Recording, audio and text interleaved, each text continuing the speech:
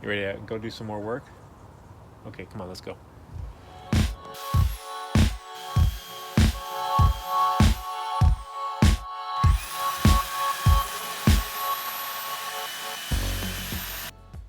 In this video, I'm prepping for our mechanical and plumbing rough-in inspections. That's going to encompass our vent for our dryer, our vent for our range hood, and our vent for our fan in the shower. It'll also include all of our plumbing.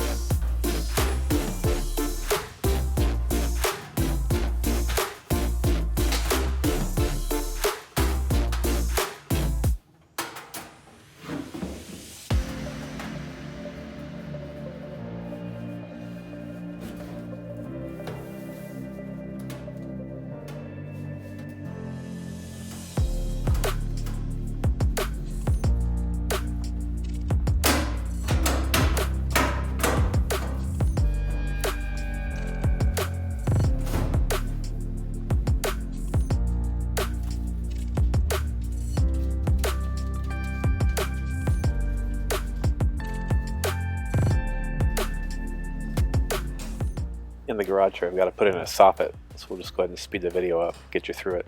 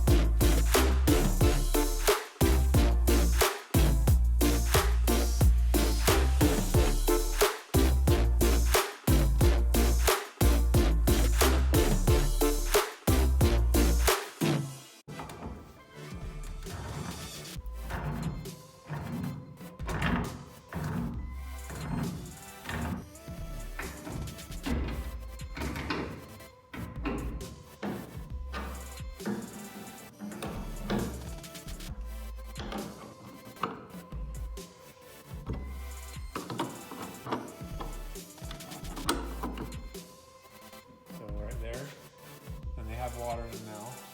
We've got another one over here. We go over to the toilet. We've got a 3-inch pneumatic plug in there. It's a 4-incher in there. Got a 2-inch plug there. We go in here. Shower drain, another 2-inch plug, which is for our kitchen sink drain. I put an extension on that one. We've got this one and the one downstairs have extensions on them so they can get down in there. All right, the bad news is we did not pass our plumbing inspection, our rough-in, and we did not pass our mechanical rough-in. These things are stopping us from getting insulation in the walls and getting drywall in the walls. The mechanical rough-in and the plumbing rough-in, I have about 7 items that I need to fix. I'll go ahead and walk you through those items, and we'll get ready for our inspection on Monday. So when you don't pass an inspection, they just give you a list of things you need to do. And here's a list for the HVAC. All right, we'll go ahead and jump into the mechanical list first because it's the shortest. We needed these nail plates here, so I forgot to put those in. The reason you have those is because they stop the lint from gathering if somebody puts a nail through there. So if somebody puts a nail through your dryer vent pipe, lint can gather and eventually build up, and you have a potential for fire there. The second thing, this tape. So the tape I had on before was not UL listed, even though I thought it was a better quality tape. It was thicker. They need to see this UL 181. So I had to go through and just tape all the joints again. Those two things. So those are the two things that failed us in the mechanical. For the plumbing, the first thing was these nail plates. I had forgotten to put on nail plates for the drain lines. The majority of my feed lines are all more than 1 inch from the edge. So I drilled them exactly in the center. I marked every stud. So those are they're all protected, or basically far enough away they're not going to get in the line of a nail coming through for drywall. The second one, protect the exterior wall piping from freezing. So we added these foam insulation covers here. This place here, we added one downstairs for the continuation of this line and also for the refrigerator feed line. One of the other things they were concerned about was our PEX line. So up there in the peak, it has to be, anywhere it's being hung, it has to be a maximum of 32 inches between support brackets. So I had a couple spaces where it was a little bit too far, so I went up there and added support brackets. And the last thing down here in the first floor was this pipe. You see where I've got that jog in there?